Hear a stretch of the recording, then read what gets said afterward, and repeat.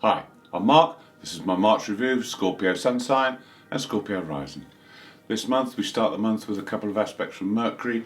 The first is from the 4th house to the 7th house, where we have the Black Moon Lilith. So now we need to have discussions, frank and open discussions with either family or a partner about the home and issues around the home. It's a good time to resolve these, but just don't be too heavy-handed. Make sure we just get things out in the open in a pleasant way. Then on the 2nd, Mercury makes a positive aspect to the Moon's nose. The Moon's nose are across your financial houses, so this is an opportunity to have an idea about how to make money or how to adjust your finances and boost them. Then on the 3rd, Venus makes an aspect. Venus is in your house of love this month, so this is a time to be very romantic for this month, and a good day to take some time out with your partner and do something slightly different. On the 4th, Mars moves into Gemini and your 8th house. So Mars, your co-ruler, the 8th house is the house of Scorpio, so you're going to get a boost of Mars energy for a few weeks here.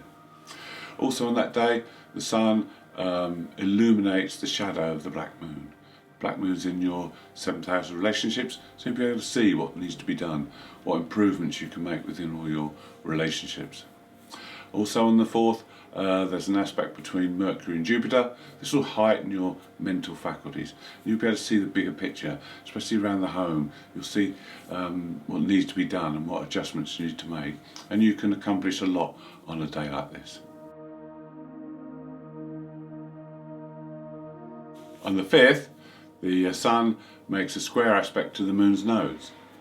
Now when this happens, it forms a T-square, and a T-square can be quite challenging. Also, this is where you gain growth.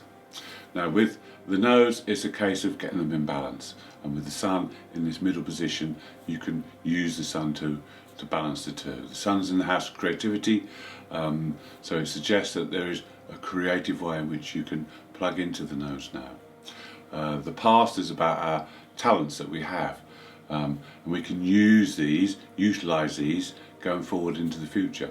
Also, we can see from the Sun what we need to learn, what we need to do, and this may be linked again to creativity, so there may be creative things you can do that will make you money in the future, because the nodes are across your financial houses at this moment in time. Then on the 9th, Venus plugs in and makes the same aspect. Now this time it's more about love and relationships and desire, so you can learn through these to balance the nose. It may be that there are your desires are at odds with your soul's growth, so you need to alter these so that you can head towards that north node for the future. Also on the 9th, Venus makes a positive aspect to the Black Moon Lilith. She's in the house of relationships. Venus is in the house of love, so there is some gain here, something destined, something fated that you will gain and learn through love and relationships. Then on the 10th, the Sun makes a conjunction with Neptune, and this is a lovely aspect because it will heighten your creativity. This happens in your 5th house of creativity, so the creative juices will be flowing and you'll be able to think up some great ideas. Imagination will be fired up. The downside is, though, you can get drawn away from your purpose. There's a tendency of escapism with this aspect as well, so try not to get drawn, keep focused. On the 13th, we have a new moon in Pisces in your 5th house. On the same day, Venus conjuncts Neptune in the 5th house. So this is an amazing time, really creative time. What do we want to do then? We want to start new projects. We want to start new creative projects so you can express yourself. You'll also be very romantic and passionate. This is a good time for love. It's also a good time for anything spiritual. If you can combine any of these together, it'll be even better. It's your time to shine now. This is a time to be brave, be bold, and be passionate.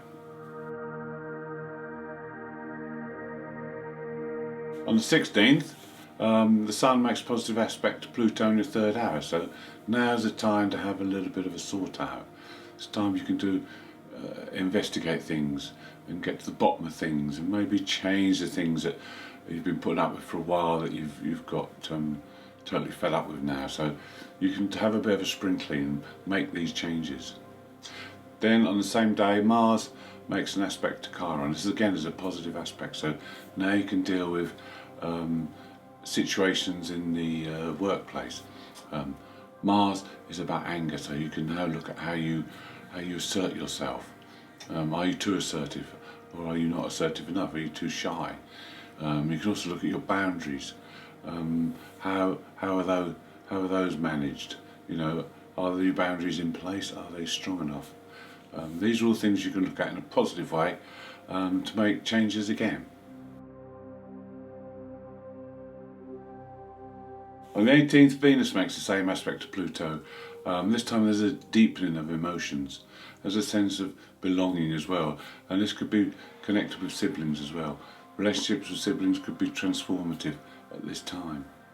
Then on the weekend of the 21st, the Sun moves into your 6th house, so it becomes more practical, hands-on, and Saturn and Mars make a positive aspect. So this is a good time to get things done around the home, get things finished. Anything you've been putting off, get to grips with it and get it done.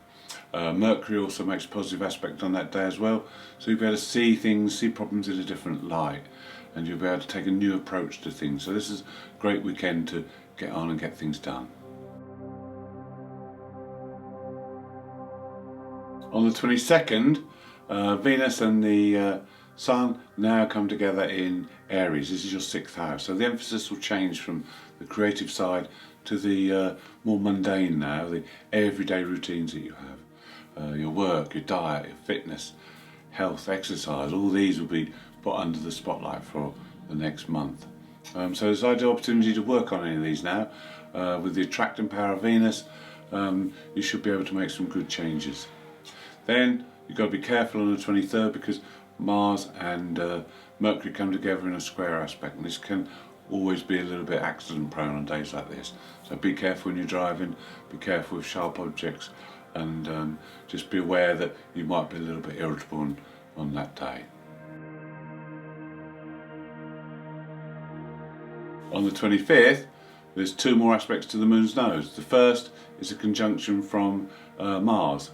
So now the path will start to open up in front of you. You need to align yourself with your goals so that you're ready to push forward. The Mars energy is quite strong, so don't rush in too fast. Try and take it slowly. The other aspect on the same day is from Mercury, who will square the moon's nose. We spoke earlier about Venus and the Sun contact, and this time Mercury does, and so this time it's alignment of the mind, of the intellect. Try and balance the intuitive mind and the logical mind so that you get the best of both worlds. On the 28th, we have a full moon.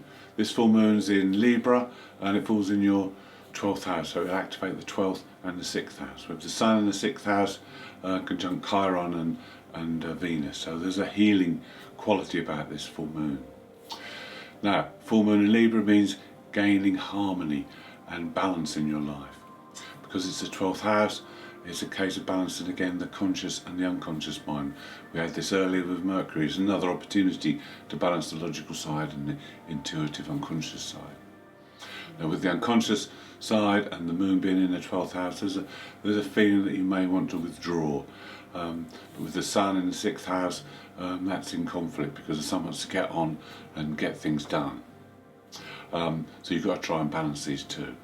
Now the healing effect will come into the 6th house because with the Sun and Chiron in the 6th, it's about a wound, it's about a past hurt that you can heal now. You can turn this hurt into a gift. The best way to do that is to use the benefits of Chiron. Chiron was also a teacher as well as a healer. So sometimes there could be someone come into your life who's a healer or a teacher who can help you along those lines.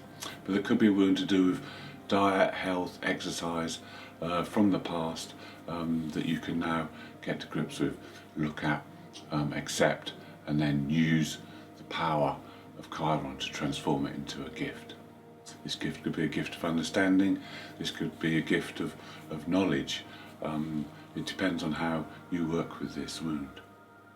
The other good aspect of this full moon is that you can discuss things. You can discuss on a one-to-one if you've got any inner issues that you feel you want to talk about. Find someone who you trust, let those issues come out, and then they can be healed as well. On the 30th, there's one last chance to explore that creative side as Mercury makes a final conjunction with Neptune. This is particularly good for bringing imaginative ideas through from the unconscious and putting them into practice. It's also good for creative writing and poetry and anything to do with the mind and expanding the mind. It's also good for spiritual pursuits, things like meditation. Then on the 31st, the last day of the month, Saturn makes an aspect with the Sun and Venus. Venus and the Sun are in the 6th house. This is a good time to work with those daily routines. You can organise now and get them sorted so they will work well for you for the rest of the year. Thank you for watching. Hope you've enjoyed the video. If you'd like to see more, please subscribe. If you'd like to leave me a comment, I'd love to hear from you.